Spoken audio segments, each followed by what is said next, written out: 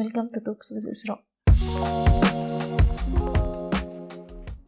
أنا عملت الماتشة بتاعتي وانت كمان اعملي حاجة سخنة وتعالي نتكلم شوية. الحاجات اللي هقولها لكم النهاردة كان نفسي حد يقولها لي من زمان، كان هتوفر عليا وقت طويل جدا ومجهود كتير قوي. معظم الناس فاهمة غلط وفاكرة اني كست لما اكون في طاقتي الأنثوية او في الفيمينين انرجي بتاعتي ده معناه ان انا كده هبقى ضعيفة. بالعكس، ده مصدر قوة ليكي وهي مفتاح سعادتك وانك تكوني ناجحة في حياتك. احنا كستات ورجالة عندنا الطاقتين، عندنا الطاقة الأنثوية والطاقة الذكورية. لما بيحصل خلل او عدم توازن بين الطاقتين، يعني ان مثلا عند الستات الطاقة الأنثوية تبقى اقل من الطاقة الذكورية، هنا بتبدأ المشاكل. لما بتكوني في طاقة ذكورية علاقتك بنفسك بتتأثر، علاقتك بالأكل، علاقتك بأهلك، علاقتك بشريك حياتك، كل حاجة بتتأثر جدا. لكن الطاقة الأنثوية بتساعدك ان انت تكوني بجسمك تكوني مرتاحة فيه، تقدري ان انت تكوني في علاقة ناجحة، تقدري توصلي للنجاح اللي انت بتحلمي بيه. يعني مثلا انا اول ما خلفت كنت مش عارفة اطلب المساعدة، كنت بعمل كل حاجة لان انا اتعودت ان انا دايما شايلة المسؤولية، انا سترونج اندبندنت وومن وبعمل كل حاجة بنفسي، فما كنتش عارفة خالص ان انا اطلب المساعدة. لما فهمت ان ده بسبب ان انا في ماسكلين انرجي او ان انا في طاقة ذكورية او الطاقة الذكورية عندي اعلى من الطاقة الأنثوية، بدأت ان انا افهم نفسي اكتر، اقرا اكتر عن الطاقة الأنثوية وازاي ارجع ان انا اعمل البالانسنج ده تاني. وده ساعدني ان انا اقدر فعلا الحمد لله ان انا اطلب المساعدة من جوزي، وان انا اتقبل فكرة ان ممكن حد يساعدني، لان فكرة شيل المسؤولية بتخليكي دايما مش قادرة ان يكون في حد بيساعدك، انت عايزة تعملي كل حاجة، اتعودتي دايما ان انت بتعملي كل حاجة بنفسك، ففكرة ان حد يساعدك دي حاجة ممكن تكون مش مقبولة بالنسبة لك. لما الطاقة الأنثوية بترجع تاني بتقدري تتقبلي فكرة ان الناس تساعدك، تبدأي ان انت ترتاحي في حياتك. انا مش بقول ان شيل المسؤولية ده حاجة وحشة، لا بالعكس، احنا محتاجين ان احنا نكون بنشيل مسؤولية اكيد، ولكن اللي انا بقوله ان احنا محتاجين نتعلم ازاي نطلب المساعدة، محتاجين نفهم هل الحاجة دي مفروض اكون انا المسؤولة عنها واكون انا اللي بعملها، ولا انا شايلة اصلا مش شيلتي. فلازم يكون في توازن، ما ينفعش ان انا اكون معتمد على نفسي في كل الحاجات. النقطة التانية اللي عايزة اكلمكم عليها هي البرفكشنزم او المثالية المفرطة. فكرة ان انا دايما عايزة كل حاجة تبقى معمولة بطريقة معينة، فساعتها لما حد هيجي يقدم المساعدة او ان هو يعمل الحاجة دي بطريقته هو، ساعتها انا مش هتقبل ده، لان انا عايزة كل حاجة تكون مظبوطة بالشعرة بالطريقة اللي انا عايزاها. المثالية المفرطة دي بتعذبنا، بتخلينا دايما فكرة ان انا كان في حد جاي يساعدني، كان هيعمل لي حاجة وكان هيريحني ويشيل عني الدور ده، فساعتها يبقى انا عندي شوية وقت لنفسي.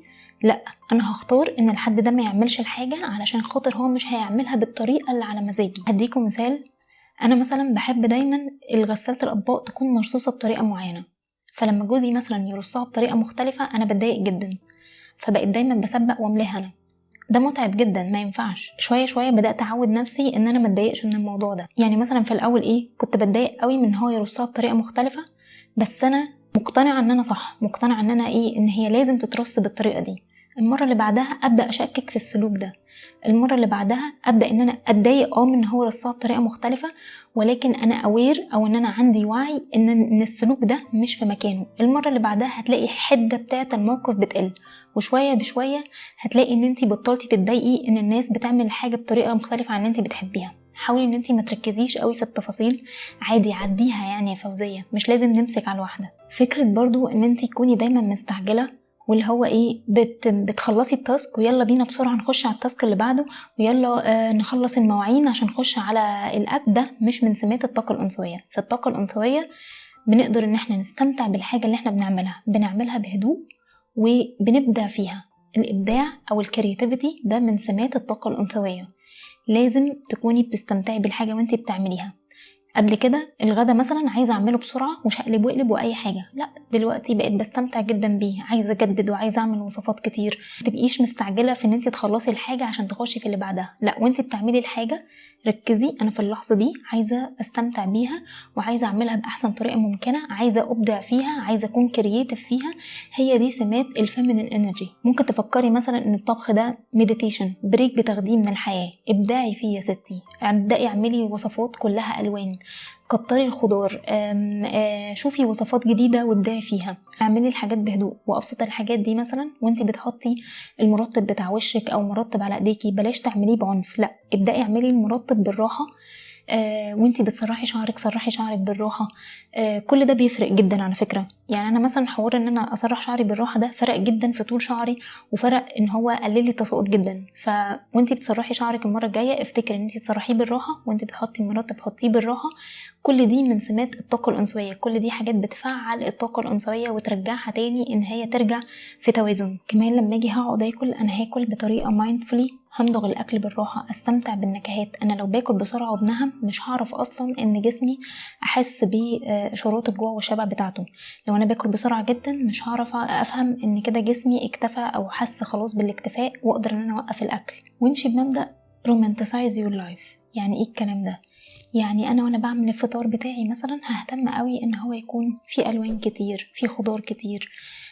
كل ما كانت فيه الوان كتير ده معناه ان فيه فيتامينات ومعادن كتيره، فجسمك هيشكرك جدا لما تعملي ده. وكمان ده مهم جدا لبكتيريا الامعاء بتاعتك، فساعتها الهضم بتاعك هيكون كويس، هتكوني مرتاحه طول اليوم. بشرتك كمان هيبان عليها ان هي بقت احسن، بقت كانها مترطبه. لما تصحي من النوم بقى، لو انتي مش رايحه الشغل، لو انتي مثلا بتشتغلي في البيت او انتي ما بتشتغليش او بتدرسي وهتقعدي تذاكري في البيت، لما تصحي من النوم بلاش تبدأي اليوم زي ما صحيتي من النوم. لا، اعملي سكين كير، حطي مرطب، وحطي ليب تنت مثلا، حطي شويه ميك اب بسيط خالص، هيخليكي وانتي قاعده بتذاكري واثقه في نفسك. لو هتقعدي تشتغلي في البيت هتبقي قاعده بتشتغلي وانتي واثقه في نفسك، حتى لو انتي مش تعملي حاجه هتبقي حاسه ان انتي مرتاحه وحاسه ان انتي مبسوطه. ده غير كمان ان هو هيخليكي ما تكسليش انك تنزلي الجيم، انتي اوريدي جاهزه مثلا فخلاص هنزل على طول. او لو انتي بتصوري كونتنت فساعتها مش هتكسلي انتي تصوري كونتنت لان انتي اوريدي جاهزه. لازم يكون في اليوم بتاعك شويه وقت لنفسك اللي هو بنسميه المي تايم. والمي تايم ده مش زي ما كل الستات بتصوروا على السوشيال ميديا ان احنا بنقعد ناكل ما بنصدق بقى ان العيال دخلوا ناموا فنقعد ناكل فيه. لا، المي تايم بعيد تمام البعد عن الاكل. المي تايم ده انا بقعد اعمل فيه تمرين تنفس، اقعد فيه اهدي جهازي العصبي، اقعد ان انا اقرا فيه شويه، اثقف نفسي، افهم حاجات عن نفسي، اقعد اعمل فيه جورنالينج، اقعد اسمع فيه بودكاست، اقعد ما اعملش حاجه خالص، ابص للسقف حتى. المهم ان يكون في وقت في اليوم بتاعي انا برتاح، الوقت ده بتاعي وملوش علاقه بالاكل. ممكن كمان في المي تايم بتاعك تعملي تمارين رياضيه تكون شدتها مش عاليه، زي انك مثلا تتمشي مشي خفيف، تعملي بيلاتس او تعملي يوجا. ليش تعملي فيها حاجات تكون شدتها عاليه؟ لان الهدف من المي تايم ده ان انت تكوني بتريحي فيه جسمك. حاولي برضو ان انت ما تقعديش على السوشيال ميديا كتير، لان السكرولينج اللي بنقعد نعمله على السوشيال ميديا ده ونقعد نطلع من فيديو لفيديو، كلها طبعا فيديوهات قصيرة ومن موضوع لموضوع، ده بيخلي خلايا مخنا تعبانة جدا. يعني بنستخدم مخنا بطريقة هو مش متصمم اصلا هو يشتغل بيها. هتلاقي نفسك بعد ما قعدتي شوية على السوشيال ميديا بدأتي تصدعي، لان انت عمالة تنطي من ريل لريل، مخك بدأ يحس بالتشتت. فخلي بالك برضو من النقطة دي، انك ما تضيعيش وقت كتير على السوشيال ميديا، استفادي بوقتك احسن بدل ما تقعدي على السوشيال ميديا. يا اما تريحي يا اما تعملي حاجة تفيدك في حياتك. اهم برضو سمات الطاقة الانثوية انك تكوني in the moment، انك تكوني عايشة في اللحظة بتاعتك وانتي بتعملي الحاجة بتكوني مركزة فيها. ما تبدأي ان انتي تطبقي المبدأ ده في حياتك، ده كمان هيأثر على علاقتك بالاكل، لان الفود نويز هيقل تماما. لما تلاقي نفسك هتبدأي تفكري انا اكلت ايه او هاكل ايه، ابدأي رجعي نفسك للحظة حالا. انا لما ده بيحصل لي ببدأ اقول لنفسي انا مش في عقلية دايت، انا مش محرومة عشان اقعد اعد انا اكلت كام معلقة رز ولا اكلت كام واحدة بطاطس. لا، ببدأ ارجع نفسي للحظة. انا دلوقتي قاعدة بتفرج على التلفزيون يبقى هستمتع بالحاجة اللي انا بتفرج عليها. انا قاعدة بلعب مع بنتي يبقى هستمتع وتركيزي كله هيكون مع بنتي. انا قاعدة بسمع بودكاست يبقى تركيزي كله للبودكاست ده. فلما تلاقي نفسك ان انتي هتبدأي تعيشي في مخك، ابدأي رجعي نفسك للحظة على طول، لان دي من اهم سمات الطاقة الانثوية. انتي في الطاقة الانثوية بتاعتك بتكوني in the moment، بتكوني في اللحظة، قادرة ان انتي تستمتعي باللحظة اللي انتي موجودة فيها. النقطة دي مهمة قوي وانا بصراحة تعبت فيها جدا، وهي السيلف وورث او القيمة الذاتية، الطريقة اللي انتي بتشوفي بيها نفسك. قيمتك الذاتية مش مربوطة لا بشغل ولا بشكل ولا بمكانة اجتماعية ولا بأي حاجة خالص. انتي وجودك في الحياة هو ده قيمتك، انتي بتضيفي للحياة بمجرد وجودك فيها. مش محتاجة تكوني بتشتغلي شغلانة معينة عشان تحسي ان انتي عندك قيمة، مش محتاجة انك توصلي لجسم معين عشان تحسي ان انتي عندك قيمة. انا مثلا كان في شغلانه معينه عايزه اشتغلها، فضلت ان انا بحارب ورا الشغلانه دي. في الفتره ديت اللي انا كنت بحارب عشان اوصل للشغلانه دي بدا ان انا يجيلي بانيك اتاكس، كنت بتعب جدا. طبعا علاقتي بالاكل كانت متدمره، باكل سكر كتير جدا. وعاوزه اقول لكم ان بعد ما الشغلانه دي جات لي فعلا كنت محبطه منها جدا، وفي الاخر مشيت وسبتها. ارجوكي ما تربطيش قيمتك باي حاجه، الطاقة الأنثوية بتجذب مش بتجري ورا الحاجة. we attract and don't chase. هل كلامي ده معناه ان احنا نكون متخاذلين وما نعملش حاجة؟ لا طبعا. انا بقولك ان انتي ما تحرقيش نفسك وتحرقي طاقتك وانتي بتجري ورا الحاجة. وده بينقلنا للنقطة اللي بعد كده، وهي الاباندنس مايند سيت، اللي هو عقلية الوفرة. ان انا عارفة ان العالم ده فيه وفرة، الكون فيه وفرة، في فرص شغل كتيرة جدا ليا ولغيري، في ناس كتيرة ناجحة اقدر ارتبط بيها انا وغيري، في فلوس كتير قوي في العالم، وفي رزق كتير قوي في العالم ليا ولغيري. هي دي عقلية الوفرة. لو انتي مثلا رايحة انترفيو وقلتي لنفسك ده في 100 واحد غيري مثلا مقدمين على الشغلانة دي، هياخدوني انا ليه يعني؟ فهتخشي الانترفيو هيكون عندك قلق، او هتكوني مهزوزة ومش واثقة في نفسك، فهتعملي وحش في الانترفيو فمش هياخدوكي فعلا. لكن لو انتي قلتي لنفسك لو انا الفرصة دي مناسبة ليا، ساعتها هتقبل فيها. ولو ما اتقبلتش فيها ده معناه ان الشغلانة دي مش مناسبة ليا، واكيد هلاقي شغلانة تانية تكون فيها مؤهلاتي او قدراتي مناسبة ليها واتقبل فيها. فلما هتخشي الانترفيو هتكوني واثقة في نفسك، قادرة ان انتي تتكلمي بطريقة تقنعهم ان هم فعلا يقبلوكي. هي دي الاباندنس مايند سيت او عقلية الوفرة. انا عارفة ان الكون ده فيه حاجات كتير تقدر تكفيني وتكفي الناس التانية. عكسها بالظبط هي عقلية الندرة. تعالي برضو نرفلكت الكلام ده على الاكل. عقلية الدايت هي عقلية ندرة. انا دايما حاسة ان انا الاكل ده هتحرم منه، فانا هاكل منه اكبر قدر ممكن النهاردة، لان انا بكرة هعمل دايت جامد قوي، رياضة ودايت رياضة ودايت، فهمنع نفسي من كل الحاجات ديت. لكن انا لو في عقلية وفرة ساعتها هقول لنفسي الاكل موجود، انا لما اجوع هقدر ان انا اكل تاني، انا مش محرومة، الحاجة اللي انا بحبها بقدر اكلها. ساعتها هاكل كمية مناسبة، كمية معقولة، هقدر ان انا اوقف لما جسمي يحس بالاكتفاء، مش لما احس بالامتلاء الغير مريح. فتخيلوا ازاي الفيمينين انرجي بتساعدكم ان انتوا تحسنوا علاقتكم بالاكل. برضو لما حد يجي يشكر في حاجه انت عملتيها، اوعي ابدا تقللي من نفسك، لازم دايما تكوني حاسه بقيمه نفسك. يعني لما حد يقولك ايه ده برافو عليكي شكلك خاسه، اوعي تقولي لها ده هم 2 كيلو، اوعي تقولي كده ابدا. ما تقلليش من اي حاجه انت عملتيها. لما حد يجي يمدح فيكي، مجرد ان انتي بس تقولي شكرا واستقبلي المدح ده، ما تقعديش تشككي فيه.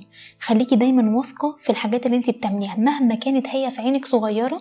صدقيني هي مش صغيره، اي حاجه بتعمليها ليها قيمه. مهما كانت الحاجه اللي انتي متخيله ان هي صغيره دي، لو انتي بتعمليها النهارده وفضلتي تكرريها كل يوم، هتلاقي على المدى البعيد تاثيرها كبير جدا. بطلي انتقاد لكل حاجه، واول حد هتبطلي تنتقديه هو نفسك. ما تقفيش قدام المرايه وتقعدي تطلعي كده تعملي سبوت لايت على اماكن معينه وتقولي الحته دي شكلها وحش، الحته دي بشرتي مش عاجباني، انا عندي هنا حبوب، انا بطني شكلها مش عارف ايه. بطلي انتقاد، تقبلي جسمك وحبي نفسك. او ممكن يكون ان احنا محتاجين نحسن علاقتنا بالاكل فنخس شويه، ان احنا نكون بناكل اكل يكون مفيد لجسمنا، فساعتها بشرتنا تكون شكلها احسن. ممكن يكون في مكان للتغيير، ولكن وانا بعمل التغيير ده انا بعمله علشان انا بحب نفسي، مش عشان انا بكرهها وعايزه ومستعجله قوي على ان هي تتغير. لا، انا كل يوم بصحى من النوم بعمل الحاجات دي كلها علشان خاطر انا بحب نفسي وحابه ان هي تكون مرتاحه. انا طولت عليكم، بس الموضوع مهم قوي وبجد هيفرق في شخصيتكم جدا. اقروا اكتر برضو عن الفيمينين انرجي، وازاي ان انتوا تبداوا تعملوا بالانسنج للفيمينين انرجي بتاعتكم عشان ما تبقاش اعلى من الماسكولين انرجي. واعملوا بقى سبسكرايب ولايك وكومنتس وكل الحاجات بتاعت اليوتيوب دي وظبطوني. وعلى فكرة انا بقرا كل الكومنتس اللي انتوا بتكتبوها، وبجد مبسوطة برد فعلكم جدا على الفيديوهات. وبس كده، اشوفكم الفيديو الجاي.